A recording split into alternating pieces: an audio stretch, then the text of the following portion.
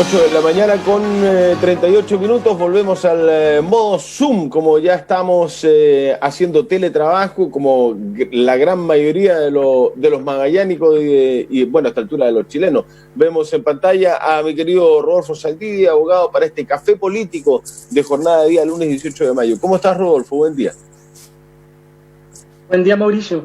Saludos a todos los auditores. Cadena Nacional, ayer que se empezó a avisar, incluso hasta con promoción en las redes sociales del gobierno y del presidente, domingo temprano, después del almuerzo, media tarde, se sabía ya que a las 21 horas iba a hablar el presidente. Partamos con la cadena nacional ayer del primer mandatario, Rodolfo.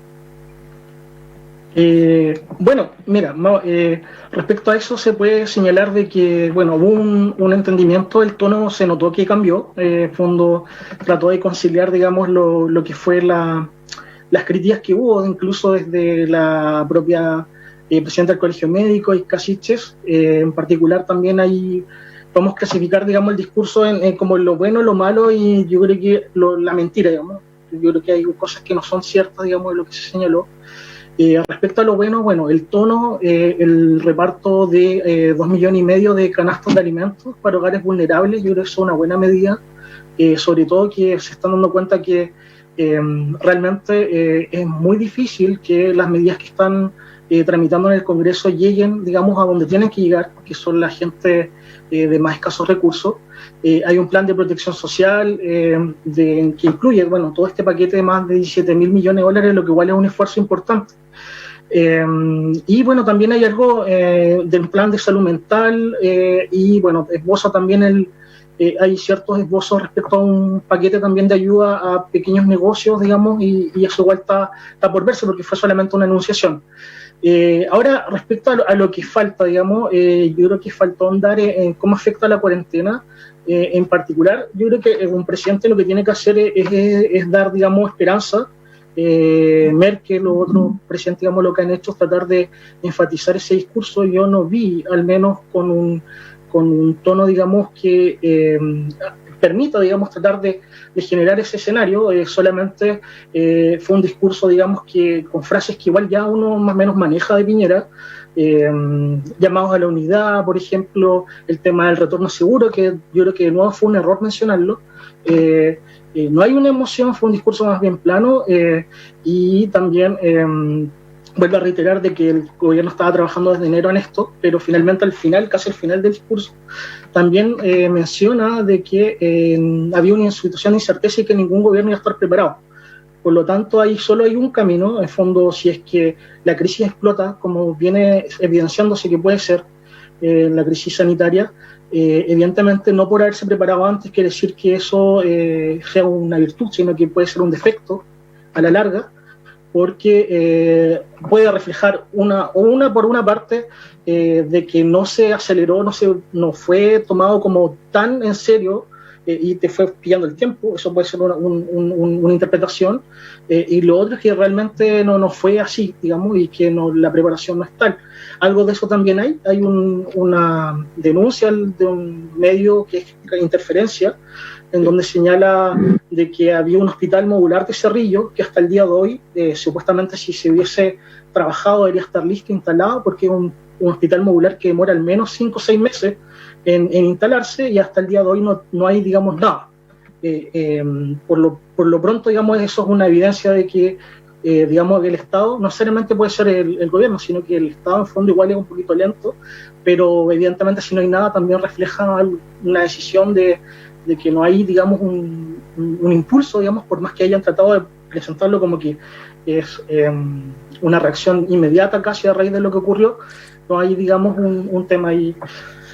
Era bastante entendible, un paréntesis, Rodolfo, era bastante entendible, si yo hubiese sido asesor de Piñera, le hubiese dicho, presidente, este domingo hay que hacer cadena, hay que hablar, porque si hay un momento donde la gente está frente a la tele o frente al celular, en masa es justamente el domingo en plena cuarentena, donde el Gran Santiago estaba en cuarentena. Era un buen momento para que saliera a hablar el presidente.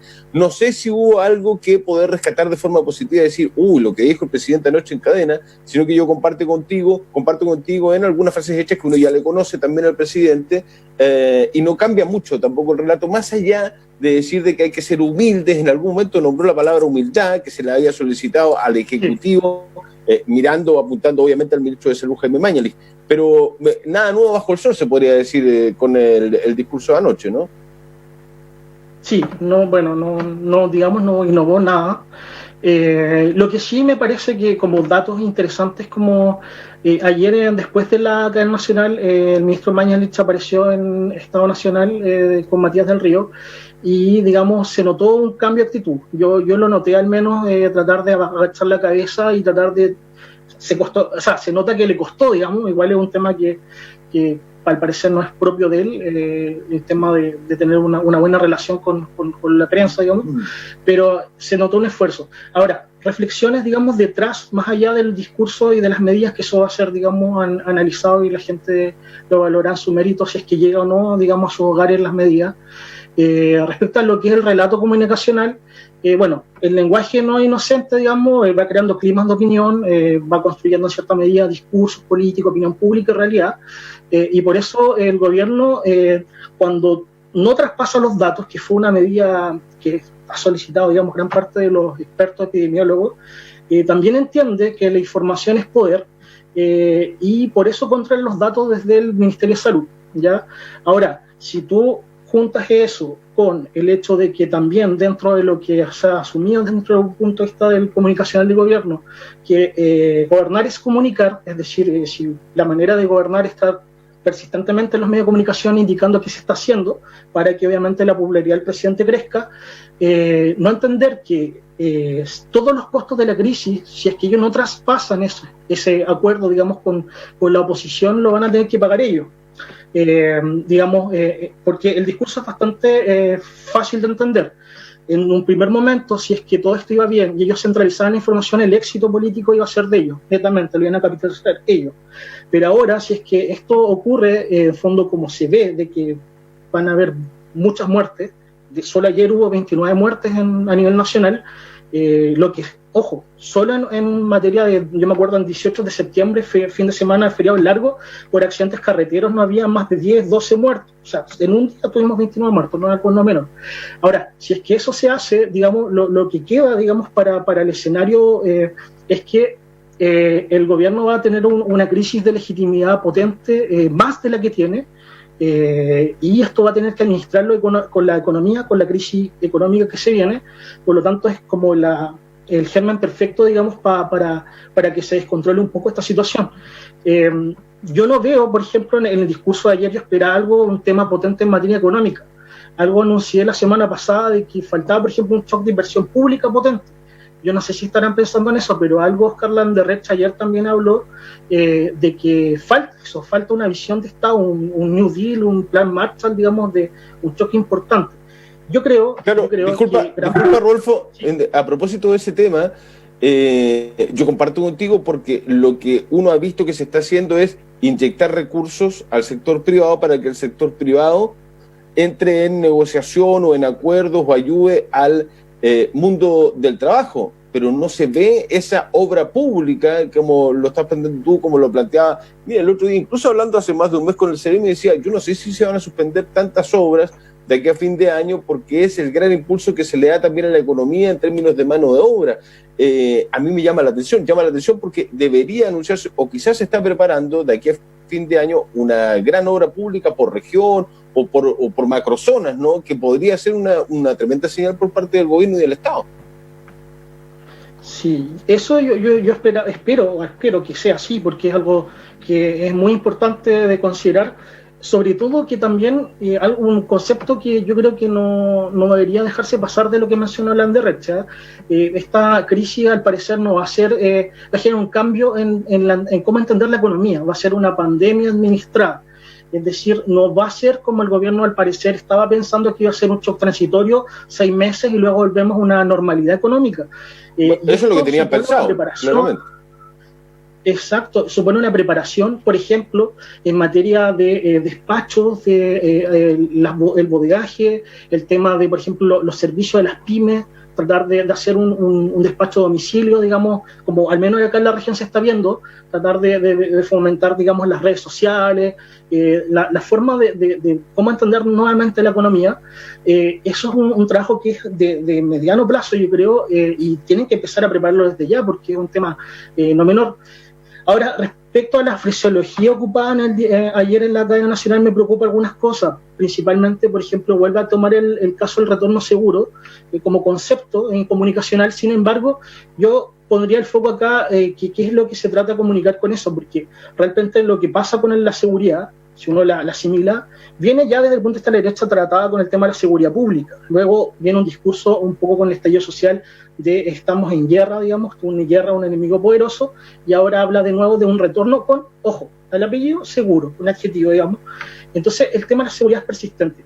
Yo creo que en esta situación de incerteza eso es un error también. O sea, hasta hace una semana no sabíamos si íbamos a tener, por ejemplo, una cuenta pública histórica telemática, y no puedes, digamos, tratar de generar un grado de seguridad en algo que es incierto. O sea, nada puede ser seguro si que, por ejemplo, tenemos una casa resistente como para un terremoto, pero el terremoto es grado 12 o 14, no hay nada de seguridad si está todo destruido en el país. Por lo tanto, es un concepto, yo creo, que va a quedar nuevamente, se le va a pasar cuenta con esa fraseología. Y también respecto a lo que fue, ya tenemos evidencia de lo que fue la primera línea, por ejemplo, lo que ocurre aquí es que hay una asimilación de tomar banderas desde el punto de vista de lo que fue la calle traerla hacia el gobierno, en particular, por ejemplo, lo que fue primera línea en el caso de los manifestantes que hacían oposición a Carabineros para poder que los manifestantes pacíficos pudieran hacer la protesta y no fueran violados sus derechos a reunión. Ya en fondo esa era como la base de la idea originaria de eso, primera línea. Ahora la trasladó el gobierno a primera línea de la salud, ya en oposición, es decir, un discurso que trata de destruir con profesionales que tratan de salvar vidas. Ya tratar de apoderarse de ese discurso, y por eso también hoy día habla ayer, por ejemplo, el tema de pandemia social. Yo creo que no son conceptos que se podrían unir, o al menos es peligroso unirlos, porque finalmente el estallido social es un evento que generó un movimiento, digamos, importante en materia de pacto social para crear una nueva constitución, y al asociar la pandemia, que es algo trágico, nuevamente capta esa bandera o ese concepto, hace un relato, digamos, desde el gobierno. Todo ese lenguaje, digamos, va quedando en el imaginario colectivo y obviamente va generando confusión o problemas, ya, digamos, desde el punto de vista de la oposición, si quisiera, digamos, poner esos términos en la agenda.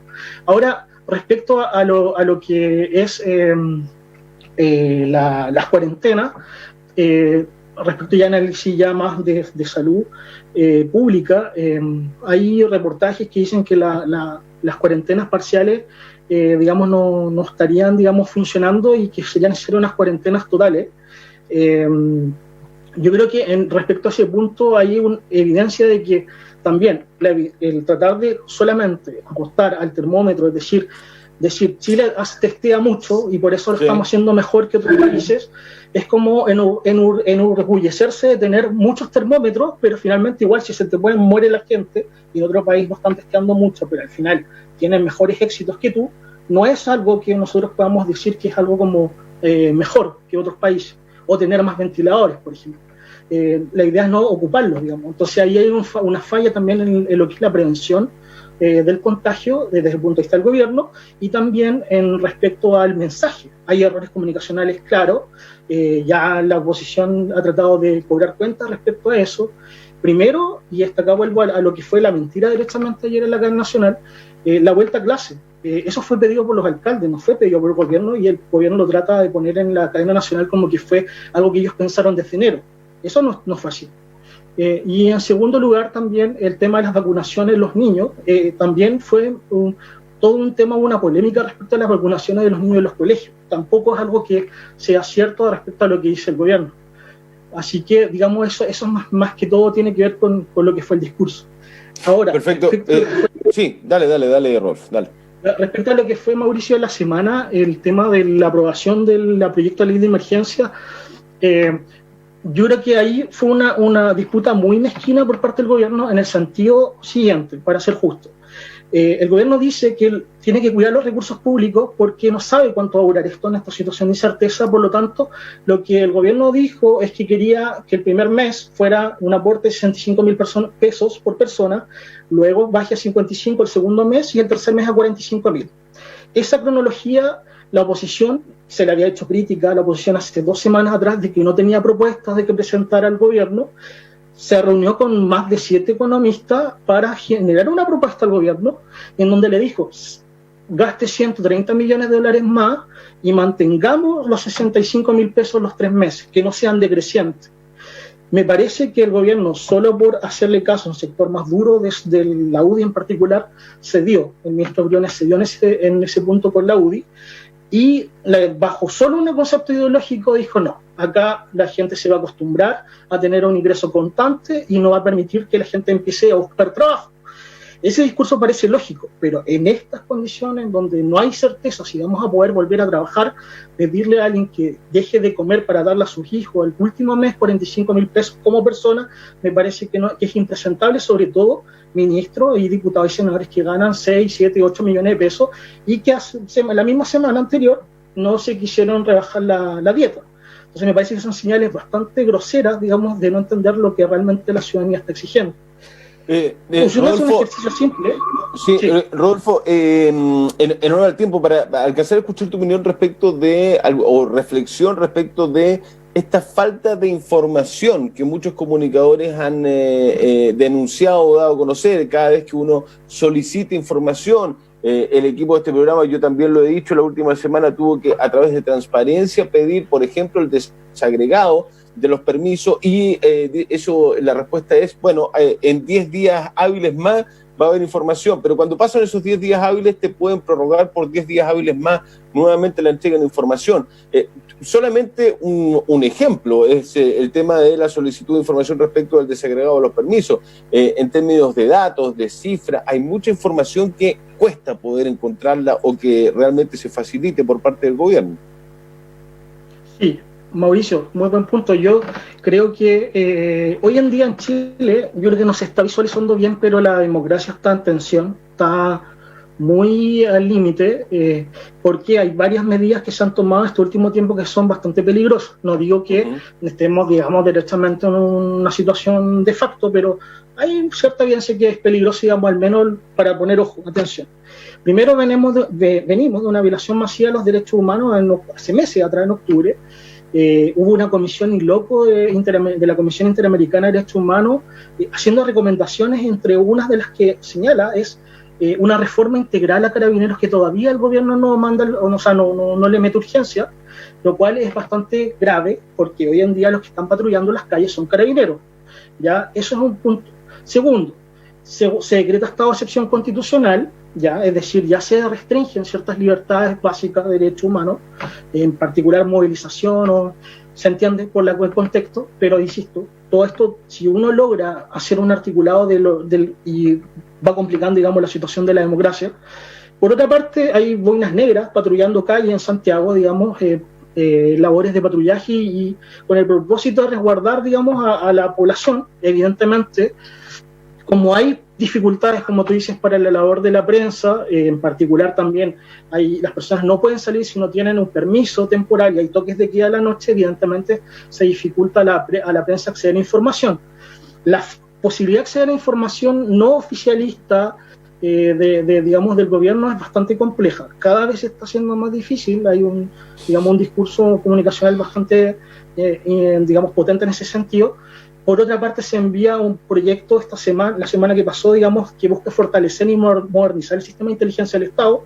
En particular, eso me parece bastante peligroso, al menos, porque hay algunas medidas que no son muy buenas. Por ejemplo, el deber obligatorio de colaborar con las agencias de inteligencia. Yo creo que eso no me parece correcto.